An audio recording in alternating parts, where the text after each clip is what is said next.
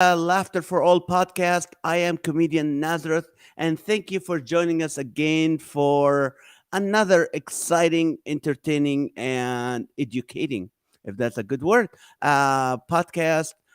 It's so good to be back with you. We are show number 120, and it's interesting that we are jumping from 3,200 downloads to 5,800.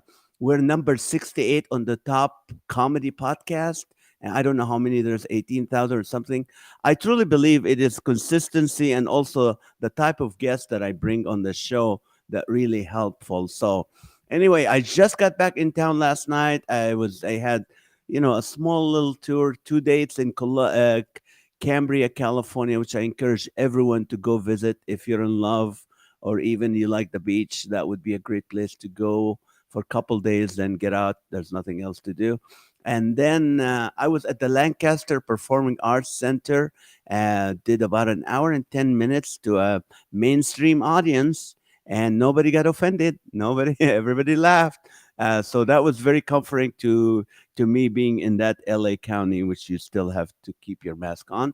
And also, I did a show in Hemet, California, on Friday. Really full house. So praise God, people are coming out again, and people are needing to laugh, and they're laughing. So it's great. Next weekend, I'm doing what is called like a donors gala for Olive Christ and Palm Springs at the Hyatt.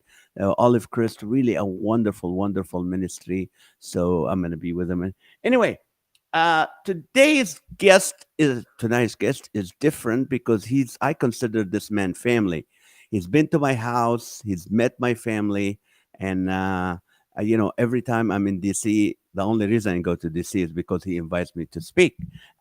He is the top at what he does. He always impressed me. Whenever I'm around this man, I really feel I need to keep my game up. I need to be creative, more creative than normal. I need to be up. He's a morning show host and director of promotion at WGTS 91.9, which won this year's the top number one religious Christian radio. So, and I truly believe it's because of this man. So let me welcome my friend. This is how he put himself on Twitter. His wife's Crystal. He said his daughters are Adeline and Maya. So he said, I'm Crystal's guy. Princesses Adeline and Maya's dad, morning show host, promotion director at WGTS 91.9 in Washington, D.C. And guess what? Hillary Clinton and all the politicians do listen to him, even though they don't admit it. Please welcome my good friend, Jerry. How are you, Jerry Woods? I'm doing well. That was very kind. I don't recognize anything you said, except that I am Crystal's guy and the dad to Princess Maya and Adeline. Thank you. The first time I brought my kids over your house, actually I only had one, and my baby was about 18 months old, and Nazareth gave her a bowl of ice cream as big as her head, like this, and that's what she remembers you for. He's the ice cream man. I love it. I love it. And your mom is a nurse at Loma Linda. She worked in a central service technician at Loma University Medical Center, yes. And then back in December, she's 77. She was climbing a tree, fell out of the tree, and broke her back. So I had to go take care of her in Southern Cal. But she's doing well now. Ouch, ouch. It's funny. I did an event for them last month, and they just invited me back in April to do something. So it's nice to serve Loma Linda. Now, what is it like to raise two daughters? Didn't you want a boy? Did you want a boy? Well, I am Jerry Woods the third, so I was really hoping that there would be a fourth for sure. But my daughter says we can get a dog and we can name him Jerry the fourth. The one thing about having three girls in the house is you're always outnumbered. Your opinion is just it's just an opinion. They're going to do what they want to do at the end of the day. And so it has taken some navigating as they've become young women. They're 15 and 12. And I have to walk carefully and make sure that I treat them all really, really well. And I want to treat them well. I have dated my daughters since they were like 2, because when they do date someday, I want to make sure the standard is very, very high. But I love it. I love being around girls. My wife's birthday was just yesterday. I cooked for her, I cleaned for her, and took care of her. So it was a lot of fun. Oh, that's amazing. What is it about you, Jerry, that you always like to do things not perfect, not just perfectly, but it's always good. You always do a great job at what you do. What drives you to do that? Did it have to do with your parents, with you? What is that? Where did you get that? Part of it is my parents are very traditional. My mom is Filipino, so she worked hard for everything she got here in the United States. I'm a my grandpa, not even my great grandpa. My grandpa was a slave, born in Tazewell County, Virginia, in 1845. Had Mm. my dad in his late 60s in 1906. Then my dad had me in his late 60s. Okay, my dad was 67 when he had me. He was 71 when he had my younger sister. So again, my grandpa was a slave freed by Abraham Lincoln with the Emancipation Proclamation. My dad Wow. grew up in the civil rights era. And so he taught me, Jerry, in this country, you're going to have to present yourself really, really well as a black man, just growing up in this country. And so always be above reproach because you're a black man and because you're a Christian and who you serve. That's Jesus Christ. So I want to give the best that I can at everything I do. I want to love the best that I can at everything I do because that's who I am as a believer. And that's really who my mom and dad taught me to be. Wow. That's amazing. I did not know that. I did not know that. Now Virginia, did they have slavery in Virginia? Wasn't it in the South only? Yeah, Virginia was the capital of the Confederacy. Actually, that's where Jefferson Davis was the president of the Confederacy. Robert E. Lee was there, and so really across the river from Washington D.C., it was slave territory. One time, Washington D.C. was actually slave territory as well. So it's a very unique story. That's where my family is from, and I live only about 30 minutes from Virginia now. And so to see how things change, sometimes we've had a lot of racial tension in this country in the last year, but I look to the progress. It was not that many years ago in many of our lifetimes, there was a much bigger struggle in this country. So I love how we come together. My wife is white, I'm black and Filipino. And so my kids are a nice mixture of all of that. And they can't really be prejudiced because it's all in them. They're related to everyone. My co-host said to me the other day, she said, Jerry, when you say my cousin so-and-so is coming to visit, I never know what they're going to look like. Are they Asian? Do they look like they're Middle Eastern? Do they look like they're white? Do they look like they're black? I just never know. And I hope that Nazareth, our generation of kids, are the generation that get rid of racism just because they're friends with everybody, and that just ends it there. Not because they did anything specific, just that they loved everybody. That's great, and that's my prayer, and that's my kids. I think we have a generation of kids that are, because they didn't have to work hard like we did. They look at justice around the world, and they want justice, they want equality, they want all that to happen. So I Right. truly believe a lot of them, especially like my daughter goes to UCLA, and she's always they hate injustice. They like this is not fair. This is people should be treated the same, and so I love that about him, but let me what do you how do you deal when you notice a Christian, a brother or a sister in the Lord, that being racist? I mean, I experience it for, and not much, very little, but how do you deal with that? Well, I think we need to differentiate between prejudiced and bigoted.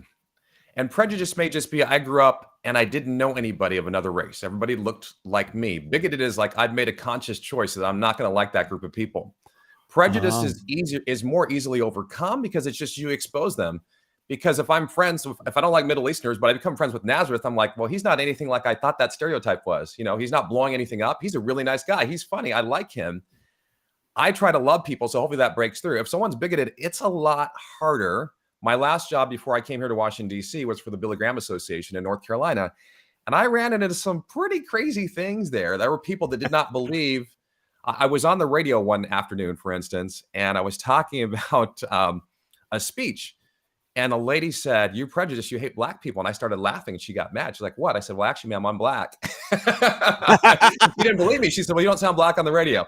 So that's a little bit harder. But my goal for anybody is at the end of the day, we're all family, Nazareth, right? We're all children of God. So yes, hopefully if I yes. love people well, I can break your stereotype.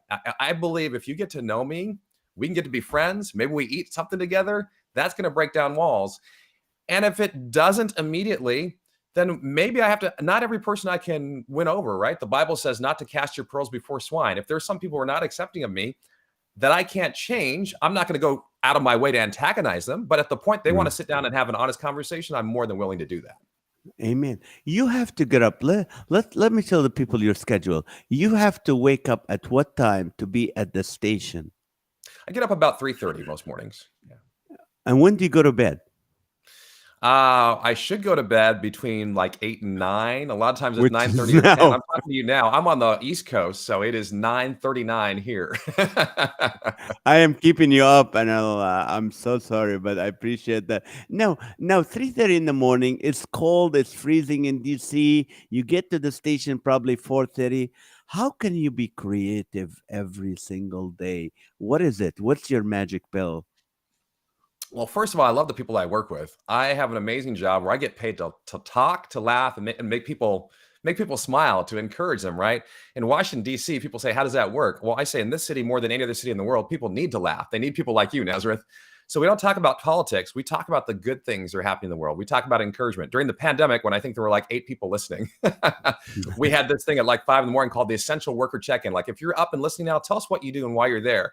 So we're encouraging doctors and nurses and firefighters and police officers. So it's what I get to do. I mean, yeah, sometimes it's still hard to get up, but once I get in that studio and I'm surrounded by people that are smiling, that are laughing, that want to do the same thing that I do, that's what gets me up in the morning. I don't do it for me. I do it for the people that I have the privilege of talking to, the people who are privileged enough that will turn on the radio and listen. I don't know why, but they choose to listen. That's exciting. And I take that very seriously. This is my 31st year in radio and broadcasting entertainment. And the fact that people still want to listen, I came up as a punk kid. I started when I was 18, is pretty amazing to me. So I don't take that privilege for granted. It's like I heard LeBron James say, right? I'm a big Lakers fan. Oh, you're from Play. California. Yeah. He wants to play every night because he said there's some young kid there. There's some 8-year-old. This is going to be the one game he gets to go to in his lifetime, right? And so I want to give it my all because this is the only game he sees. I want him to see me at my best. That's how I feel when I get to go in the morning. Today, I want to give it my all because maybe this is a chance someone needs to be encouraged. Maybe someone is really, really sad this morning. Maybe someone is going through loss. Maybe someone needs to know that they're loved. And if I can be a conduit for God's love, for Jesus' love to them, hey, you're loved, you're accepted, he cares about you just where you are right now, then I don't want to miss that opportunity, Nazareth. That's amazing. Now, do you used to be in and I know you were in Washington State, then you went to Idaho, and that's where we met, and then you spent 12 years, I think, in Idaho, and then you went to North Carolina and then DC. Yeah. Now, do you have to act different, not speak different, but I mean, do you do you have different topics because you're in DC? There's things you don't want to talk about because you're in DC, and there's politician watching, listening to you? We do steer clear of politics in DC. That is what is different here. Not that I talk a lot of politics in Christianity anyhow. I don't think there's a lot of room for that because that divides people. You'll never hear me go on there and go, I'm a Republican, I'm a Democrat, I'm a whatever. No. You know what I said before the election? I said, What? Jesus is not a Republican. Jesus is not a Democrat. Jesus said, my kingdom is not of this world. My first allegiance is here, not anywhere around here, not blue or red or anything like that. But as far as topics go, pretty much nothing is off limits. We've had conversations about talking to your kids about sex. We just talk above their heads. It's clean. I promise it'll be clean, but we can talk about anything. We were talking today. I had a crisis counselor on, and we're talking about how do you talk to your kids about war with what's going on in Ukraine, right? And he's like, you've got to be honest. You want to control the narrative. You want to say, hey, it's going to be okay. We're going to pray for those folks. You don't want them getting their information from their friends or from the news. You want to control that narrative with your kids. They want to hear from you first. And I think that's powerful. So yeah, we can talk about just about anything. Just because you can doesn't mean you should, because we are a family station. And so I want to talk about things that are going to appeal to families, but I've got singles in the audience. I've got people from all walks of life. It's Washington, D.C., so much like Southern California. There are literally people here from every country in the world that listen to the show.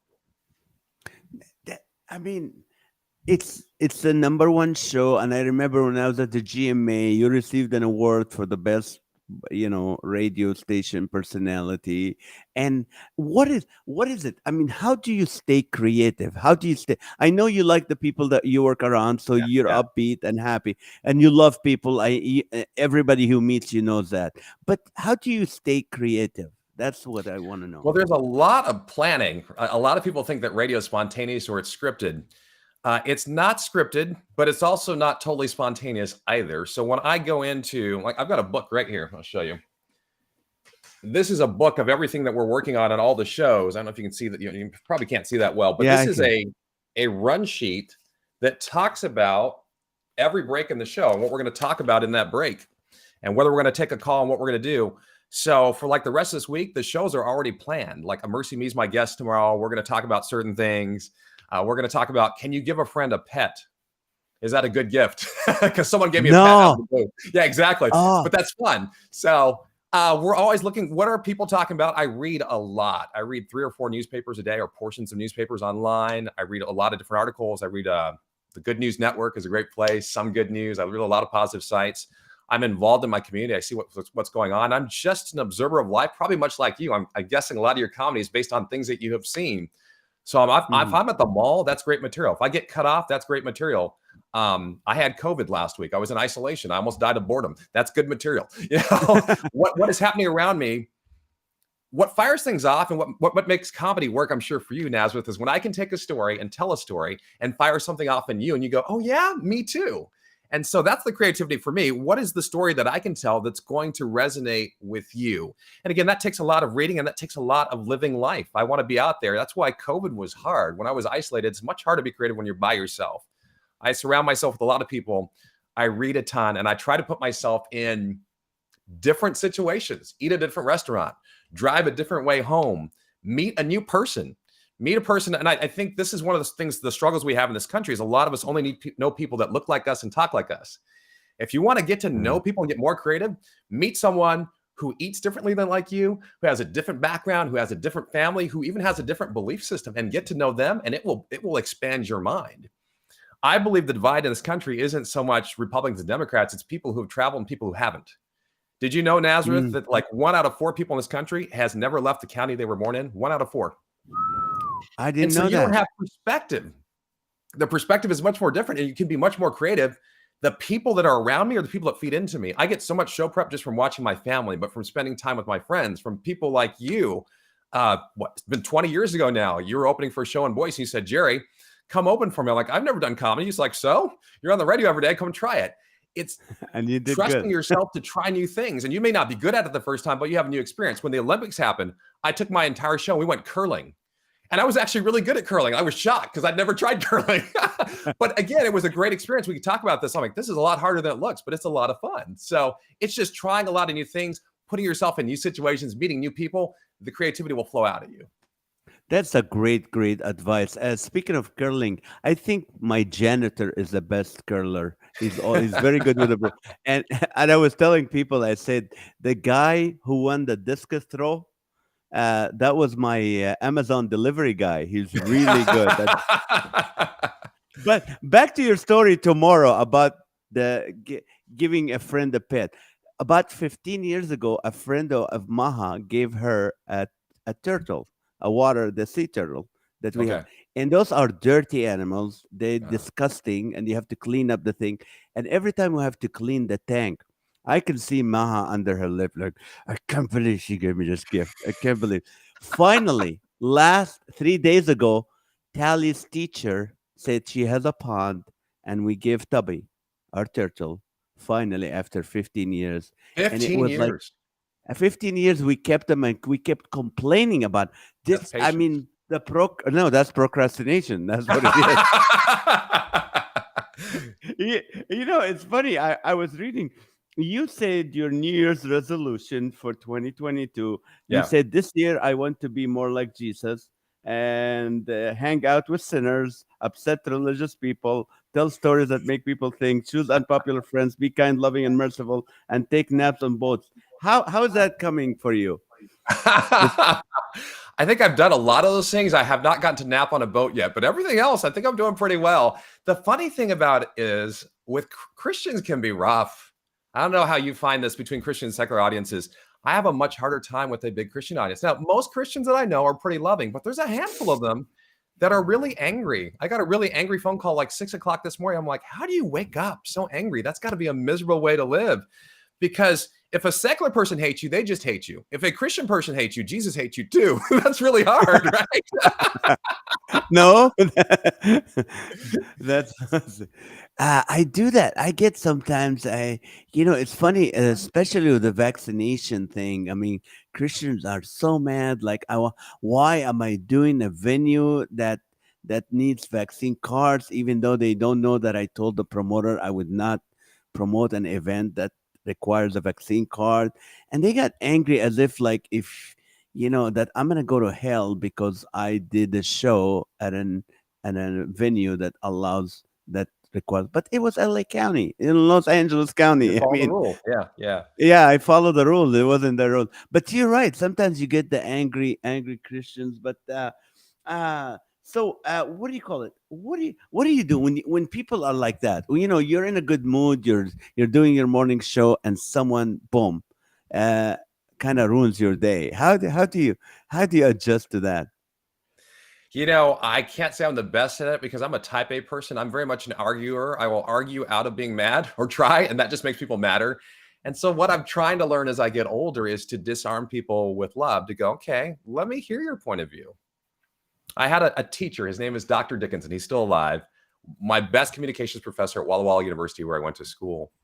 And he said, Hmm. my answer for most things when I'm not sure is could be.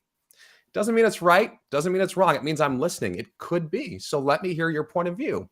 But so many of us are so busy thinking about what we're going to say next, we never hear the other person talking. So let me hear what you got to say. And a lot of people just want to be heard. There was a guy that went off on me this morning off the air, was very upset. He's like, you only talk about war in white countries like Ukraine. How come you don't talk about what's going on in Africa? And he was yelling. And I said, you might have a valid point. It's what's in the headlines. So sometimes we're talking about praying for people, but we should be, you're right. War anywhere is war everywhere. It hurts all of us. So yeah, we should be praying Right. about those things. And by the end of the call, and this was mostly my co-host, not me. His name is Claude. By the end of the call, he's like, I shouldn't have come at you guys so hard. I'm really sorry. So reasonable people, well, you can have a conversation with. But if you come at me just full out angry, at some point, I'll be honest, there are times where like, hey, thank you for your call. Have a nice day, click. Because if you're just going to yell and scream, we can't have a conversation. But I'm willing to listen. I want to hear your point of view. Because again, that's how I get more creative. And that's how I learn new things. I don't, the older I get, the dumber I get, especially as I have teenagers now. Yeah. Oh, I know. They make us look dumb. I mean, they don't like we don't know anything. My kids are like, oh, "What do you know, Dad?" I'm like, "Hey, I raised you, didn't I?" You know. But anyway, uh, you were born in California, Mhm. sunny California, beaches, nice weather. Today was 83 degrees, by the way. You moved to Idaho for 12 years. And from Yeah. Idaho, you moved to. Why are you moving after the job, the better job? Or why would you go to DC and to Virginia when you were born in California? Well, this sounds cliche, but I really feel like in the career that I have, I've gone where God has called me. Let me be honest with you, coming out of college, I wanted to be an actor. I was going to move back to Hollywood. God had Mm. other plans. I got into radio. There's a girl that I dated in high school. She dumped me on graduation day, and I was following her to Walla Walla. I gave up an acting scholarship to follow her, and I ended up in Christian radio. I had no intention. There's three markets you want to work in radio or in TV. They are New York, Los Angeles, or Chicago, the three biggest cities in America. That's where you make the most money. That's what I wanted to do. Just being really candid with you, right? Right. I'm in North Carolina, though, and I've realized there are things that are more important. I'm working for Billy Graham. I work at a great station. The station's in the forest at the Cove up in the mountains. It's just gorgeous. I don't know if you've been there, but it's beautiful. If you ever I've get a been chance to go there. to the Yes, Cove in yes. North Carolina, it's I absolutely performed breathtakingly there. gorgeous. I love it. I had no interest in moving.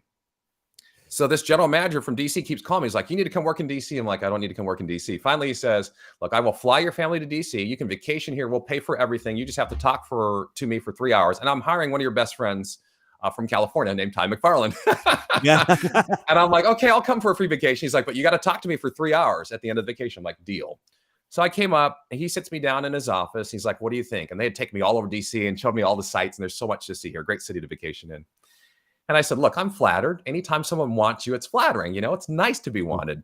But why would Right. I trade working for Billy Graham, who's still alive, the foremost evangelist of our time? I live on an acre in the mountains looking out over the forests, and I'm raising 2 kids. Why would I trade that for DC and crime and traffic and politics? And he said, that's a really good point, Jerry. And he opened up his desk and he pulled out an email. And it was from Hillary Clinton, who was the first lady at the time. And again, this isn't a political statement. It's just an email that she sent. She's like, we play the radio station. It's a Christian radio station in the White House on Sundays. And it brings so much peace to such a chaotic place. Thanks for what you do. And this man looked at me. His name was John. He said, Jerry, there's no other place in this country or maybe in the world where you can make this kind of difference with people for Jesus Christ. Will you join us? Well, I didn't have an Wow. answer for that, Nazareth. So I called my wife, which is what I normally do. I don't have an answer. My wife is from a town in Idaho of 2,800 people, Kimberly, Idaho, really small town. She's a small town girl. So I called her and I said, what do you think about moving to DC? They've offered the job. And she's like, this is God's call. Let's go. And I'm like, who are you? Because she's not a big city girl. But when God calls you someplace, he will pave the way for you. He'll make you comfortable with that. And I went back and I talked to some of my friends in North Carolina, one of the DJs who worked for Billy Graham. I asked him, I said, what do you think about this? I'm so comfortable here. And he said something I will never forget, Nazareth. He said to me, Jerry, God never called us to be comfortable. He called us to be obedient. You need to go. Wow. He never called us to be comfortable. He called us to be obedient. And that still blows my mind. Sometimes I think the whole American dream is about me being comfortable. Can I have more, a better car, a bigger house, and on and on and on and on. No. Am I in the middle of God's will? Because if I'm not, I may find myself getting thrown off a boat in the belly of a whale, right?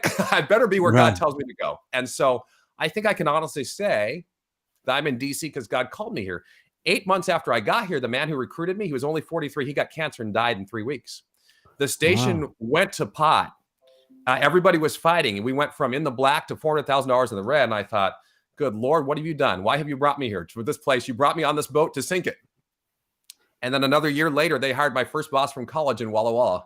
And he said, Jerry, we're going to make this work together. Give me a year to change the culture. And if we can't change it together, I'll write you a letter of recommendation anywhere you want to go. Well, I'm here to tell you, Nazareth, that God is faithful. We're in a brand new 2-year-old building after 60 years. The old building leaked. It rained on my head in the office. We're in a brand new state-of-the-art facility with video and audio and brand new studios. And God gave us the money. We asked for $600,000 from listeners. They gave us $1 million for this new building. That's nothing but God. But it took time. It didn't happen overnight. We had to go through this time of trial. And I told my wife when this was all going and my boss had died, I said, I think I want to go to New York. I have a job offer there. We need to go to New York. And she said, no, we don't. She said, God called us to DC. God has not released us from that call. So put on your big boy panties, and I quote, and buck up. We're here for the long haul. So when you left Idaho with Crystal, your wife, her family's there. That's her home. You had one child at the time or two in Idaho? One. Okay. How difficult was that for her to move to North Carolina? I think it was tough.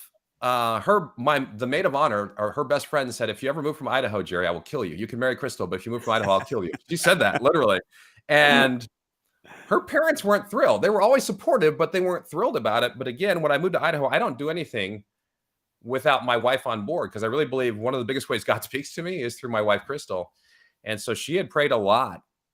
And I was thinking about getting out of radio. My dad was a police officer. In fact, he was the first Black police officer in Cleveland, Ohio. And I was burned out, frankly, at Idaho. It was a small station. I was working 12, 14, 15 hours a day, 6 days a week. And so I decided to leave and join the police force. And I already had 2 job offers. I had tested at the top of my class. And I went to this conference on a whim. Someone paid for me to go to this conference at the Billy Graham Association. And while I was there, they offered me a job. And I called my wife and she said, no, but I'll pray about it. And the next day she said, this is God's call. Let's go. So that's how we ended up in North Carolina too. And so again, I think when God calls and makes it clear, and I'm pretty dense, so I ask God, make it very clear so I get it. When he calls, it's hard for other people to argue with that. What are you going to say to someone that says, God has called me? You say, no, he hasn't. I'm telling you, he told me first that he didn't call you. That's not going to happen. And so it's been pretty consistent. And I think the family has seen, my wife's family and my family too, that God has worked. And wherever we've gone, when we've been in the center of his will, he's blessed us. Now, it didn't always happen overnight, but eventually he's blessed us. It's funny. Every answer you have has an encouragement in it. It's just amazing. Tell us how did you meet Crystal? I know it was a cruise ship. You said something. That's a funny story too. I went through a very painful divorce, and I was one of the first people in my family to ever get divorced. It wasn't something that I planned. And it wasn't good. And I recall it was Christmas morning, Nazareth. I'm in Boise. I'm in my basement apartment. It's dark, and I'm crying out to God. I'm like, just God, why? I followed you. How could this happen to me? How could you do this to me? And if you really love me, I need to know that you love me. And I'm not joking. 7:00 on Christmas morning, someone knocks at my door, and it's my co-host who had 3 sisters. She and her 3 sisters showed up at my house to bring me Christmas. They brought presents and a tree and everything, and I'll never forget that. I walked out of divorce court on January 21st. 2.5 weeks later, my boss told me, I want you to go on this singles cruise. I've just gotten divorced, mind you. He's like, I want you to go on the singles cruise in Mexico. I'm like, I just got divorced. I want to go on a singles cruise. He's like, you're one of the only single members of the staff. You're going on the singles cruise. It left out of San Pedro, California, actually. It was the Mexican Riviera. Okay. He made me go. And finally I said, okay, if I have to suffer for Jesus in Mexico, I will. And my mom even went on this cruise because she still lives in Southern California. On this cruise, we're doing a seminar called Living Single and Loving It, Serving God While You Live Single. And while I'm in this Living Single seminar, I see this really cute girl sitting across the room. And so I'm kind of taking peeks at her, and she catches me looking at her. Well, if you've been on a cruise, they tell you where you're going to sit. You have assigned seating. Well, she was seated at Yep. my table. She says to this day, she thinks that I planned it. I didn't. It had nothing to do with me. My mom was also seated at this table. So that night I asked her, I'd always wanted to take a ballroom dancing class. I'm like, you want to take this class with me? She said, sure. So we danced that night and we just spent the rest of the cruise together. So my mom has known my wife as long as I have. And we have pictures from the day that we met because we're on this cruise ship. They follow you around with the camera, right? And by the end of the cruise, we're basically dating. And she said, I said, can I call you when we get back to Idaho? She said, yeah. So we met on Valentine's Day. I proposed on Christmas Day. We got married on Memorial Day. 3 years later, we had a baby on Christmas Eve. 3 years after that, we had a baby on Thanksgiving. So we're the all holiday family. We left Easter for Jesus, but everything else we took. That is so funny. What do you call it? So when you were in Walla Walla, right now you were just honored as the president of the alumni. Tell us about that award. Yeah, I was just elected the president of the Alumni Association by somebody's major lapse of judgment.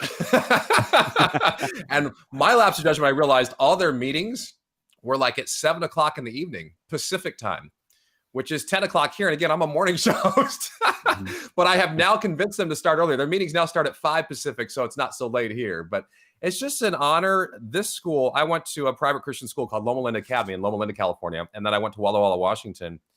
And throughout my life now, as with people invested in me, my dad died when I was 15. And I still don't know to this day, there were people that picked up my bill there in Southern California and paid for me and my sister to go to private Christian school for the rest of my career there. And I still don't know who they are, but I am who I am today because these people invested in me. And the same thing in Walla Walla. I had professors helping me get scholarships. I worked full time in Christian radio at the sister station to the one I work for now, KGTS. And I've just always had people invest in my life. I'm very, very blessed. So this is a tiny way that I can give back.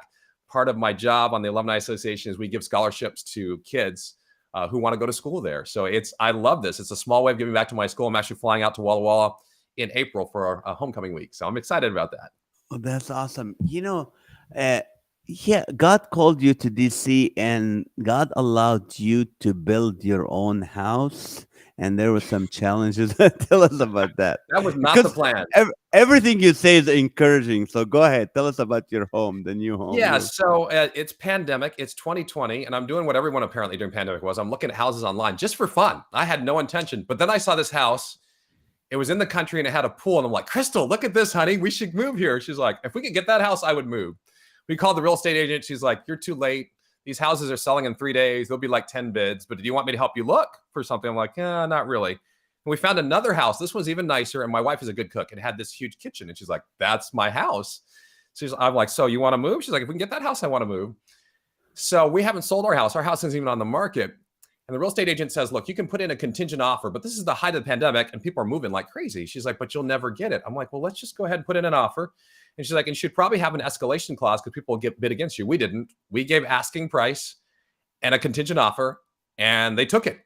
And it was a really, really good deal. It was like, I was living in a townhome at the time. It was about the same price as the townhome. We put our house on the market. It sold in 3 days with 19 offers above asking price. So we're excited. I'm like, God gave us this new house. This is so cool. We're going to move in a month. So that was January of 2021 now, right? We get ready to move. It's the beginning of February. The sellers of the home say, you know what? We don't want to move anymore. We're not selling to you. Our real estate agent says, I've done this for 30 years, Jerry. I have buyers back out all the time. Sellers never back out. I'm not sure what's going on. So we prayed and we cried. And again, we've already sold our house. Our house is gone. We have no place to go. And we try to get them to change their mind. They won't change their mind. Again, I'm like, God, what are you doing here? This is crazy. So we start looking at other houses and we're bidding against other people because now we got to bid and we get outbid multiple times. We just cannot find a place that we can afford. Every time we find one we like, we'll give asking price or even a few thousand above asking price. Someone will outbid us. Finally, our real estate agent says, would you want to go to new construction? I'm like, I know we can't afford it. She's like, I think you might be able to. So we go to this new construction place and they're like, yeah, if you sign on the dotted line here, this is your price. It's locked in. No one can bid against you. This is the price today. But every time we sell 3 houses, we raise the price $5,000. And we sell 3 houses about every day. Because again, this is the height of the housing thing. So we went ahead and we did it. And they said, well, at the end of the day, before you buy, at the end, we'll appraise the house. And then based on that is, how much money and so you put down your down payment right now. And so we did that. And my real estate agent asked up front, how often does it not appraise? Because if it doesn't appraise, you got to come up with more money. I'm like, oh, that never happens. This market is so hot. The house is just jumping. So fast forward to December of last year, 2021. It's been almost a whole year now. Our house is about done. They go to appraise it. Wouldn't you know, we get a brand new appraiser who's never really done this before. He takes houses that are 16 years old to compare against, and the house comes up 50,000 under what it should. And so Ooh. they're coming back to us going, you're going to have to come up with probably 30,000 of this in cash. Well, I don't have another $30,000 in cash. I've already given them this large down payment. I don't have any more to give them. And so my wife and I were praying and we're crying and we're talking to our real estate agent. She's a believer too. We're praying about this. She's like, I've never seen this in 30 years. I'm like, why are we I've never seen this people, right? Yeah, you're getting that. I told my wife, we may have to walk away from this because we can't come up with more money. We just don't have it. It comes down to the week before we're supposed to close on this house. And I kid you not, this is the grace of God, Nazareth. The builder comes back to us and says, well, we don't have to do this, but we want you to close on this house before the end of the year. We're going to give you $30,000. They gave us $30,000 in cash for us to buy our house. Who does Wow. that? That's nothing but the grace of God right there. And we had to wait a Amen. year, but in the year when we didn't have a house, you know what? We had two different friends that said, you can live with us. One of my friends from Idaho moved out here in the time where we had no place to go. And he bought this massive house. It's only him and his wife and said, you can have the whole top floor of our house. So we lived with friends with almost a year. They didn't charge us rent, which allowed us to save a little bit more money. God gave us new family in the time when we didn't have a home. I wouldn't wish that on anybody. But again, God used it. And I'm so grateful for, I'm sitting in my office right now. This is actually a little studio. There's a little microphone down here and everything that you can't see. I have an office. I have a studio at my house, which I've never had before. That's nothing but the grace of God. Now, when you had COVID or when they were closed, were you doing the show from your house? No, I actually took the time off. I do several different shows. I do a show in Washington State. I do a show in Texas. But the show I do in DC, I was not doing. They're like, you just stay home and you rest up. But I felt bad. I didn't really feel sick. Like if it hadn't been COVID days, Nazareth, I would have been at work. I had a little bit of a scratchy throat. Yeah. If I was going to die of anything, it would be a boredom or eating too much because my wife food would magically appear at the top of the stairs. I was living in the basement and I put the plates up there and they'd magically get clean. It was pretty amazing. It was fun for the first 48 hours. But after I watched everything on Netflix, it wasn't fun anymore. I wanted to see my family. That's funny. Last time I was in DC, I came to see you, and it's during COVID, and I saw the new studio, praise God, and it's state of the art, and to the point that you were telling me that even the vents have separate for each room, so if someone has a disease or a COVID, it does not travel Correct, to right. other rooms. We didn't even plan that, Nazareth. That was the grace of God. The contractor just built where every studio had its own air conditioning system. But God knew because we built it in 2019 and God knew what was coming in 2020. And so by the grace of God, there's like 33 people in our building and very few have been sick and only one has been sick very seriously. Now, the reason I asked that is there a future for radio? I think there's absolutely a future for radio. Radio is still actually the biggest media in America. More people listen to the radio than watch TV. A lot more. Oh. Now, I don't know that's always going to be delivered over the airwaves. That is still the number one way right now. But what we've seen even during pandemic, streaming of my station on devices like Alexa and Google and things like that, it's up 500%.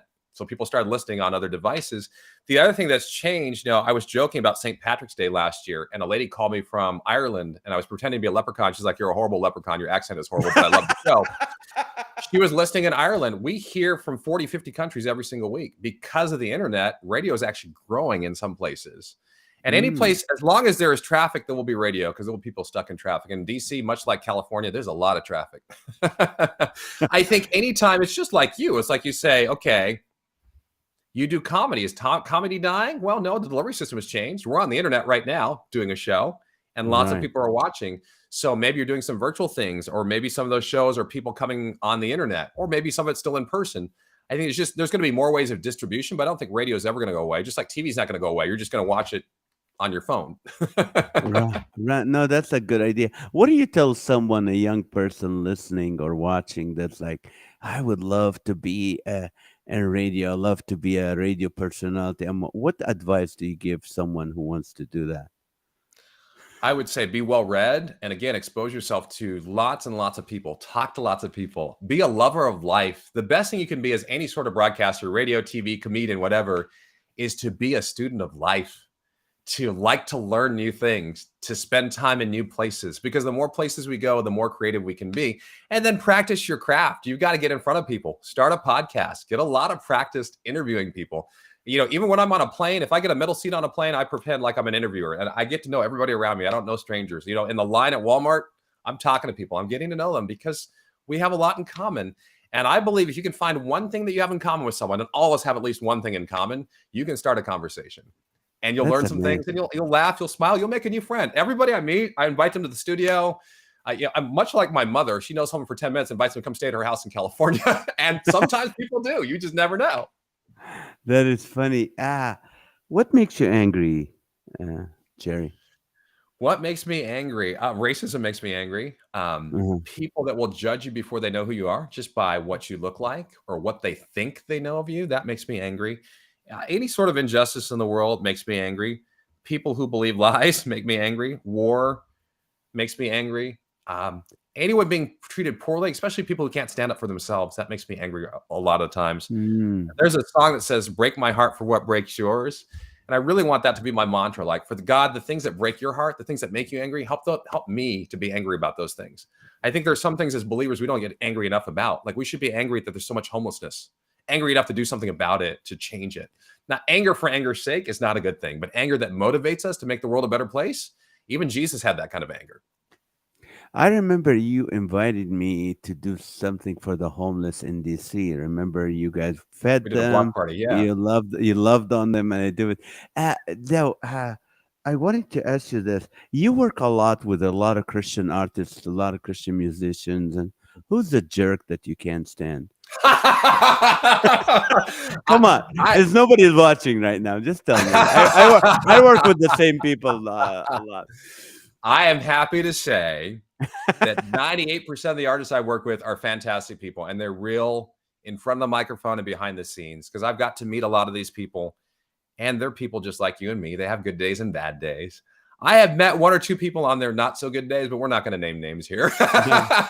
No, just give me their names. You don't have to mention name. Just give me their name.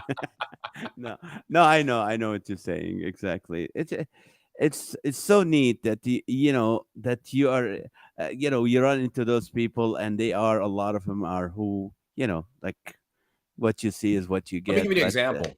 So I yeah, had a DJ friend that I hired in Boise named Travis Culver, and he got brain cancer. And the medical bills were just piling up because he was working for himself at this time. He'd left the radio station. And a friend of mine named Bill Scott called up for King and Country. For King and Country, they're one of the biggest yes, bands, I and I not just work Christian with music, them. they're one of the biggest bands in music right now. We called them up and said, "We'd like you to do a benefit concert for free in Idaho, and all the proceeds go to this family." And they said, "Okay."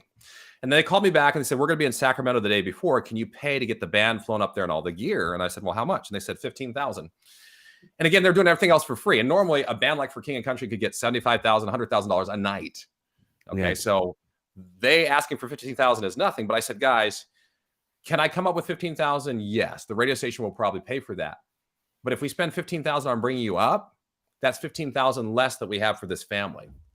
And you Mm. know what they did? They said, "No problem. We'll pay it." They paid us to come play a show.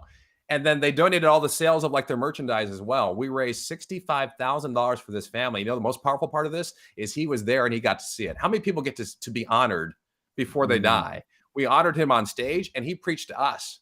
He said, "Don't miss out on what God wants to do for you." He's like, I'm probably not going to be on this earth much longer, but I want to see you again. Make sure you're there." He preached to us, and it was so powerful. And there were these Christian guys that they didn't even know him, one of the biggest bands in our industry, and they gave of themselves because they thought it was the right thing to do. That's what I love about Christian music, is these are people that give from the heart and give and give and give and give. And I see that over and over and over. That's amazing. You always hear stories in the morning show. People call you and share the stories. Is there's one or two stories that resonated with you that you feel Wow. is so encouraging? The stories happen every day. I'm trying to think of Yeah, I one that know. really stands out for me. This one didn't happen to me. This happened to a friend of mine in Boise. His name's Ty McFarland, one of my best friends. I know He was doing Ty. a traffic report. And in the traffic report, there had been a really bad accident in Boise on the interstate, and someone was trapped in the car. And he paused at the end of the traffic report and he said, "And look, if you've got a moment, would you just take a moment and pray for this person that's trapped in the car?" Mm. So there's a mom who's there in Boise. She's washing dishes. She's listening to the radio. She pauses for just a second. She prays. She goes on with the day. She didn't think anything about it. About half an hour later, there's a knock at her door. It's the Idaho State Patrol. And they said, your son's been in a car accident. You need to come with us to go to the hospital. The person she had been praying for because of prompting of the DJ on the radio, my friend, was her son, but she didn't know it. That is the power there that gets me really, really pumped up. That's exciting to me. I was just sharing a Bible verse on the air, and this was a few years ago. And I think it was a senator, I can't remember his name now, a senator from Oklahoma called and said, can you give me that verse again? I want to use it on the floor of the Senate today. Wow. And that just gave me so much hope that there are believers. We're so down on politics, but there are believers that are working for this country that love Jesus first in both parties. You know, we did a concert a few years ago for the Congressional Prayer Caucus. There's a group of senators and representatives that get together every week just to pray from both parties and pray for each other. And so Matt Maher came and sang for this group and they prayed for each other. And that's not something you're ever going to hear in the news, but that gives me hope for this country. There are people here in Washington, D.C., a lot of them who love Jesus. And people are shocked when I say one of the top radio stations in Washington, D.C. is a Christian radio station. You know why? So we don't talk about politics. We talk about how much you are loved. We talk about how much Jesus can change your life. And that message resonates with everyone, Republican, Democrat, Independent, whatever. And that's a message that we need to spread to the world. And when we get away from a Christian looks like this or a Christian looks like that, Jesus is attractive to everybody. When you say you are loved and you're accepted, who wouldn't want that? And I hear people all the time say, I love Jesus, but I don't necessarily like Christians because Christians can be jerks sometimes, right? Right, but right, Jesus, right. You're right. Jesus is attractive. And when we can lift that message up, that's an attractive message. So my station steers as far away from politics as possible, because if I say Jesus only likes this group of people, now you're saying Jesus doesn't like me? No, Jesus would have never said that. And that's why we say you're welcome here. That's actually one of our taglines is you're welcome here. We're always encouraging everybody's welcome here. We actually have a spot on the air right now. It says, it doesn't matter if you're black or white or Asian, Republican or Democrat. Don't ask, don't tell, don't care. Jesus came for you. That's the spot that runs on the air every single day because that's a message that's the core of who we are. That is amazing. Now, how did young Jerry came to know Jesus as his savior? Well, that's really an ongoing process. I gave my heart to Christ first when I was like 8. But honestly, I think I did it because all my friends were all getting baptized. I'm like, oh, that's the thing to do. I'll go take Bible studies and get baptized. And I think I loved Jesus. I didn't really know what it meant. My dad died of Alzheimer's when I was 15. And I came off the rails a little bit. I was a little bit of a rebel. Now, I was one of those behind the scenes rebels. I got good grades in school, but I did bad stuff at night, on weekends and stuff. I'm like you, yes. And I share with you, I followed this girl up to Walla Walla University, which is a Christian college. And that's what really did it for me. I wanted to be the big man on campus. I knew nobody. I knew 3 people on campus, and one wasn't talking to me, right? And at the end of my hall, I lived on a hall called 3rd North of Sittner Hall, and there was this group of really popular guys. And every night, right around 10 o'clock, they were laughing and cutting up. And I was like, if I could be in that group, I would be a big man on campus, right? And one night, they invited me to that group, Nazareth. And you know what it was? What? It was a men's prayer group in the dorm. And I didn't know that. Wow. And they're like, do you want to pray with us? I'm like, I'll come hang out. And I didn't pray for weeks. I just kind of listened. And then something happened in my life at that point. I worked when my mom was a single mom. I went to work at Loma University Medical Center as a teenager. And I was making like $13 an hour, which in the 90s, that was buku bucks for a teenager. I was making a lot of money. What I didn't realize is because my dad had passed and was older, I was getting a Social Security check as well. So I'm a freshman in college. And the Social Security Administration reaches out to me and says, we need a bunch of money back, like $5,000. I'm in college. I couldn't come up with $5, much less $5,000, right? And I told these friends in this prayer group, I said, guys, I may have to go home at the end of the quarter. I don't have this money. And they said, well, why don't you meet with the Social Security Administration? So I did. I went and I met with them. And they said, well, you can ask for the government to forgive it, but it's a process that takes months, sometimes years, and they almost never forgive it. But you can try if you want. So I filled out all the paperwork to appeal it. And these guys are like, hey, God's going to come through. Let's pray about it, Jerry. Let's pray about it. God's going to come through. And I kid you not, at this point, I'd never been to Washington, D.C. 2 days later, I get a call from the Social Security Administration in Walla Walla. And they're like, who do you know in Washington, D.C.? I'm like, I don't know anybody. They're like, we said, we've never seen anything move this fast. Your debt has been forgiven. You don't have to pay it back. Wow. And these guys said, see, we told you Jesus was going to come through. We told you he was going to come through. And I think it was at that moment, I'm 18 years old as a freshman, where I realized, okay, maybe God does really care about Jerry Woods, about my little tiny individual life. I'm a nobody on this campus, and yet he wants me here.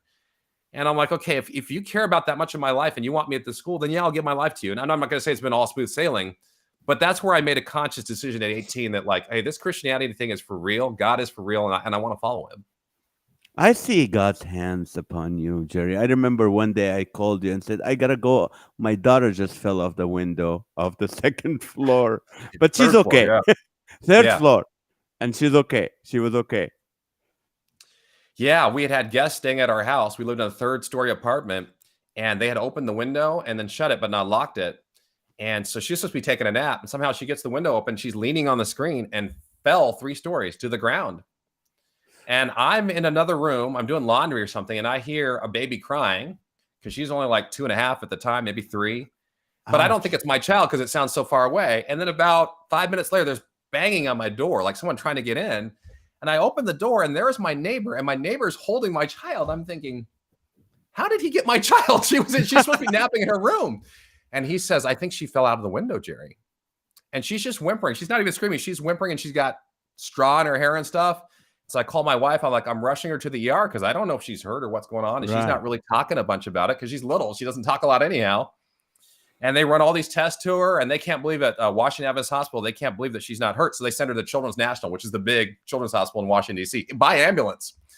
And my wife, they only let one person ride in the ambulance. My wife rides in the ambulance. I drive down there. I get to the hospital after the ambulance, and I hear them saying, paging Dr. So-and-so, trauma in room 1, and all these doctors go rushing to room 1. That's where my daughter's at. And they examine her head to toe. There's not a scratch on her. She fell 3 stories. She missed a cutoff pipe from a satellite dish by about a foot. She missed a barbecue by about another foot. So many things she could have hit. Somebody said, I think an angel caught her and dropped her like the last foot.